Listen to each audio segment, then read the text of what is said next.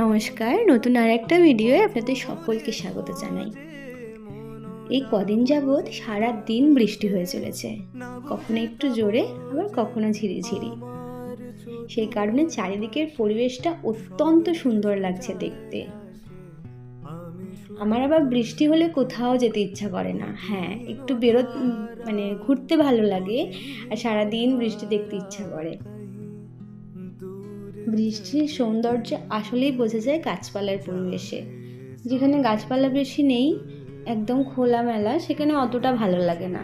গাছপালাতেই বেশি ভালো লাগে যে বৃষ্টি সত্যিই কতটা সুন্দর। যাই হোক, আজকে বেরিয়েছিলাম বাবা মার সাথে একটা কাজে যাওয়ার জন্য। অনেকটা দূরেই যাওয়ার ছিল, সেজন্য চলে গিয়েছিলাম স্টেশনের দিকে।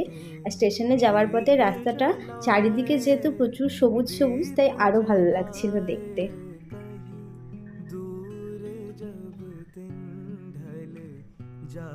বাবা মার সাথে একসাথে খুব কম বেরোনো হয় এখন, যেহেতু টাইমটা বেশি পাওয়া যায় না। তবে আমরা তিনজনে একসাথে বেরোনোর সুযোগ পেলে অবশ্যই বেরিয়ে পড়ি আর কি। এদিকে ট্রেনও চলে এসেছিল, আর আমরা ট্রেনে উঠেও পড়েছিলাম। আজকে ট্রেনটা ফাঁকাই ছিল, অন টাইম এসেছে বলবো না, এটা লেটেরই ট্রেন, আমরা গেছি লেট করে। যাই হোক, ট্রেন দিয়ে এই ট্রেনে বসে জানালার ধারে এই প্রকৃতি দেখতে দেখতে যাওয়ার যে আনন্দ, এটা যারা ফিল করে তারাই জানে। ওখানে পৌঁছে তো দেখি এই অবস্থা, পুরো ওখানে জল জমে গিয়েছিল খুব বাজেভাবে।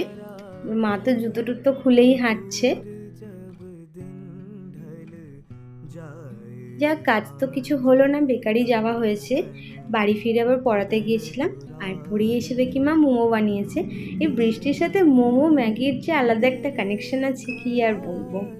আর এদিকে দেখো, আমাদের নাইট গার্ডগুলো অলরেডি চলে এসেছে, একটু পরে চেঁচাতে শুরু করবে। আজকের ভিডিও এই পর্যন্তই রাখছি। কেমন লাগলো জানিও। দেখা হচ্ছে নতুন একটা